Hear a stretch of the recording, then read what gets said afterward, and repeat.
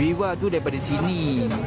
Dia nak ke sana. Okey, jadi bila dia lepas lampu hijau, kemudian dia mari. Laju. Kronologi dia. Honda Jazz tu mari daripada atas sana, dia langgar lampu merah. Laju benar sampai hancur kereta.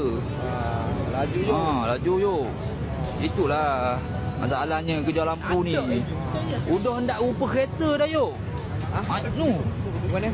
Udah hendak merupa kereta. Kita tak mahal lah merah. Hancur tak mahal kita. Hancur tu. Dia cover dengan rupa betul tak bang? Dah. Udah hendak rapa rupa dah. Udah tak nak rupa dah. Mau kalau kata kalau dia ukur laju macam mana tu tak tahulah.